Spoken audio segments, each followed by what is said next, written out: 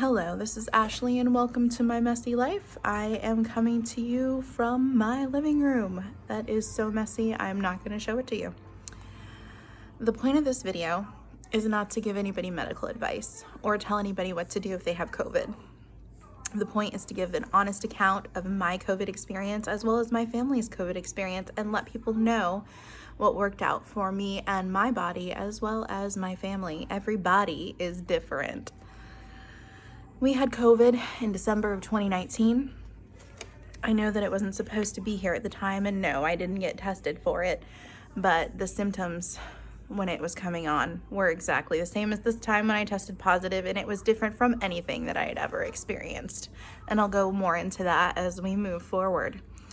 We had a family member who visited a region where COVID was running rampant. It was not reported at the time that it was running rampant. However, it was there while they were there, and they came back very sick. They tested negative for the flu. They had flu-like symptoms. However, they did not have the flu. And my whole family got sick, including my parents, who were nearly 80 years old at the time. And ultimately, what made us all get better was my parents got better just from taking antibiotics and steroids and nebulizer treatments and a lot of immune support with vitamins, etc. But we're gonna go into what went on when we got it now. So my son started getting sick. He was in first grade at the time, and his doctor tested him for strep and the flu and decided it was his asthma and his allergies, and he was not actually sick. The doctor told us not to cancel our trip, because I asked, should we go ahead and cancel our trip? It seems like he's pretty sick. And he goes, no, he's fine. He's just having his allergies. Give him his allergy meds and his nebulizer and he'll be fine. So we went to Orlando and met our family up there and had Christmas. And, his illness started peaking. He got sicker and sicker. He was so tired, he fell asleep sitting up while taking his nebulizer treatments, and his fever got so high we almost took him to the doctor. And if it had gotten better, we definitely would have just taken him to the emergency room that was local to where we were. Fortunately, we didn't have to do that, but our other children started getting sick, and we were so glad we had the nebulizer with us because they all needed it too. We gave them lots of vitamins, and we ultimately did have to take them to the doctor again. The doctor gave them all flu tests. They all came back negative. Strep tests came back negative. No ear infections. The doctors were boggled, but ultimately they had to give each child steroids, nebulizer, and they all were on the child version of the Z-Pack. And that is ultimately what made them better. I was a long hauler, and my husband and I got sick last. My OB had a suspicion that it was COVID, even though COVID was not supposed to be here yet. She was treating me with steroids and the Z-Pack. I had been on 2 rounds of the Z-Pack and steroids, and she told me that the third time she wanted to give me 10 milligrams of Pepcid 3 times a day. I thought she was crazy. I asked her what she thought Pepcid was going to do for my pneumonia. I needed steroids. I needed antibiotics. And, I felt like I was drowning in my own fluids, and I had to sleep sitting up. It's a feeling you'll never forget. And that is the feeling of what it feels like when you have COVID in the beginning, especially if you're not treating it with something. And she just said, Ashley, just take the Pepcid. So I started taking the Pepcid, and to my surprise, I started feeling a lot better the first day. I would like to say that I'm not a doctor and that I'm definitely not trying to give medical advice. And I'm not saying that Pepcid is a cure or a treatment for COVID, but I am saying that both times that I've gotten this illness, I started getting better when I started taking the Pepcid.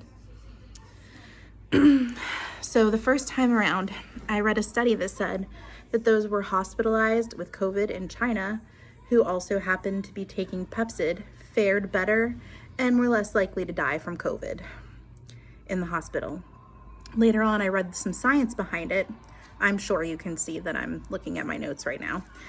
Later on, I read some science behind it, and ultimately the idea is that your immune system overreacts to the COVID because it doesn't recognize it, and there's a histamine blocker in the Pepcid, and somehow that histamine blocker helps with the overreaction.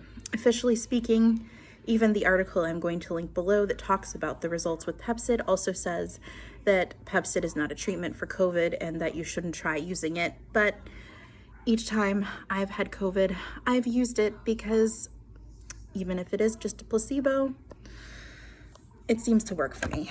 So this time around when we got COVID, I started feeling the same feeling of drowning.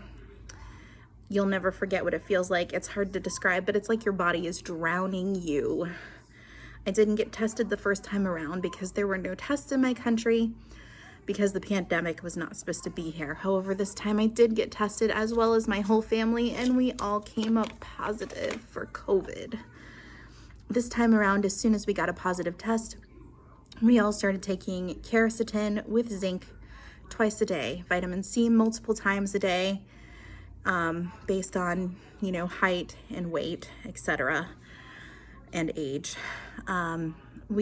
In addition to the regular zinc, we also took zinc melts, Zicam, every 2 to 4 hours.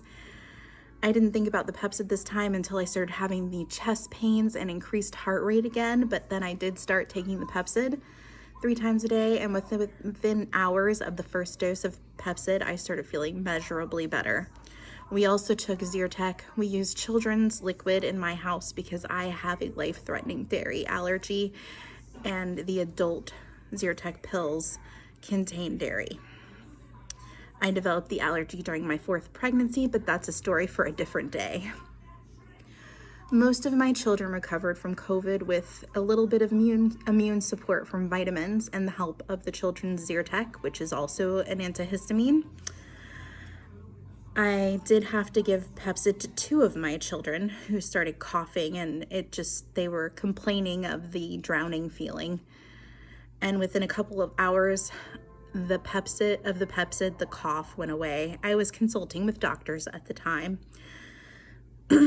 Again, I'm not saying Pepcid is a treatment, and I'm not giving anyone medical advice or saying they should give anybody Pepcid during a COVID infection. Everybody is different, and these are things that work for us. None of us had to go to the doctor, even though we were consulting, and none of us did end up going to the hospital, praise the Lord, despite being high risk due to the adults in my family, myself and my husband, being overweight and other medical conditions. Despite my having asthma, I only had to use an inhaler twice. I never had to pull out my nebulizer during this entire COVID experience, which was different from last time. Last time I got pneumonia, I got very ill. I'm now 14 days into my recovery from COVID, and I'm just starting to feel less tired. I continued taking a lot of immune support through the last 2 weeks, and I'll probably continue to take vitamin C, zinc melts twice a day, as well as my quercetin, zinc, and vitamin D supplements for the next couple of weeks. I was also taking all of the supplements for my anti-aging experimentation during this whole thing, including saw palmetto, resveratrol, vitamin B complex, and hyaluronic acid. Resveratrol is known to be antiviral. There hasn't been a lot of studies done on it, so I won't go a lot into it because I don't have a lot of information on that. It was definitely not as bad for us this time around, but I will say that probably 2 or 3 days ago, I lost my taste again. I lost it in the beginning and I started losing it again, and at that point, I ramped up my immune support again. And I also started just putting tastes on my tongue that I recognized that my tongue still tasted, and that did seem to remedy it. And I have read studies about that, where if people start losing their taste, they have to do some sort of taste therapy. I don't have a lot of information on that, honestly, and it was just something I read. It made sense to me, so I started doing it. Like, I would put salt on my tongue, I could taste salt, so I put salt on my tongue. I put sour tastes on my tongue, and I can taste today. So I don't know if it was the immune support that helped my tongue be able to taste better, or if it was me doing the therapy to bring the taste back. So it wasn't as bad for us this time around. I was able to take ibuprofen this time with this bout of COVID, and I believe that helped. There is some evidence of ibuprofen being contraindicated for COVID-19. However, it's my understanding that it is only during what is called a cytokine storm during the advanced stages of COVID. Again, I am not a doctor and I'm not giving anybody medical advice, but I'm just saying that what I did this time and the ibuprofen helped me a lot with the inflammation. I was not experiencing a cytokine storm and I did not have severe COVID symptoms this time.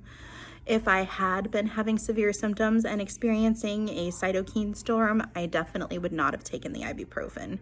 COVID is definitely not something to mess around with, and I am in week 2 of recovering from it, and I'm sure for other people it may be easier for them to get over. But in my family, my husband and I, mostly just my husband and I, are still dragging from our last bout of COVID. The kids are back to normal and have been for quite some time. This was not very hard on them. Just stay safe out there. It's, COVID is rough. It's definitely not anything to mess around with. Again, the purpose of this video was for me to give you an honest account of my experience with COVID and what I did and what personally worked for me in my recovery. I just wanted to talk about what I did to help support my immune system during this recovery. So thank you. And again, stay safe out there. Thanks.